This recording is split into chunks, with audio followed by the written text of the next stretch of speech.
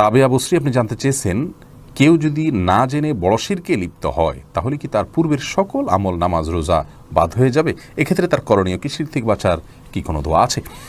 বোন রাবেয়া, শিরকে যদি লিপ্ত হন, বড় শিরকে, তাহলে তার পূর্বের সমস্ত আমল বরবাদ হবে। আল্লাহ রাব্বুল আলামিন কোরআনে কারিমে বলেছেন তার রাসূল সাল্লাল্লাহু আলাইহি সাল্লামকে যে ওয়ালাকাদ উহিয়া ইলাইকা ওয়া ইলাল্লাযিনা মিন ক্বাবলিক, হে রাসূল, আপনার প্রতি এবং আপনার পূর্বে আগমনকারী সকল নবী রাসূলদের প্রতি ওহী নাজিল করা হয়েছে, লাইন আশরাকতা লা ইয়াহবাতান্না আমালুক, এই মর্মে যে আপনি যদি নিজেও শিরকে লিপ্ত হন আপনার সমস্ত আমল বরবাদ হয়ে যাবে। এজন্য শিরকে আকবরে লিপ্ত হলে, বড় শিরকে লিপ্ত হলে সমস্ত আমল বরবাদ হয়ে যাবে।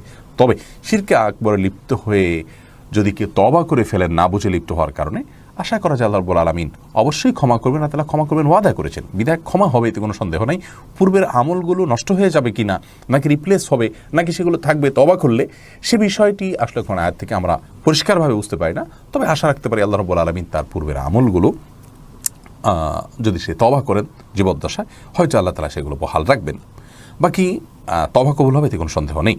আর শিরক থেকে বাঁচার দোয়া হলো আল্লাহুম্মা ইন্নী আউযু বিকা আন উশরিকা বিকা ওয়া আনা আ'লাম ওয়া আস্তাগফিরুকা লিমা লা আ'লাম। আল্লাহুম্মা ইন্নী আউযু বিকা আন উশরিকা বিকা ওয়া আনা আ'লাম ওয়া আস্তাগফিরুকা লিমা লা আ'লাম। হে আল্লাহ, আপনার কাছে আমি আশ্রয় চাই এই মর্মে যে আমার জ্ঞাতসারে বা অজ্ঞাতসারে কোনো শিরক হওয়া থেকে যেন আমি বেঁচে থাকতে পারি, আপনি আমাকে আশ্রয় দান করুন। আল্লাহর কাছে এই মর্মে আপনি দোয়া করবেন।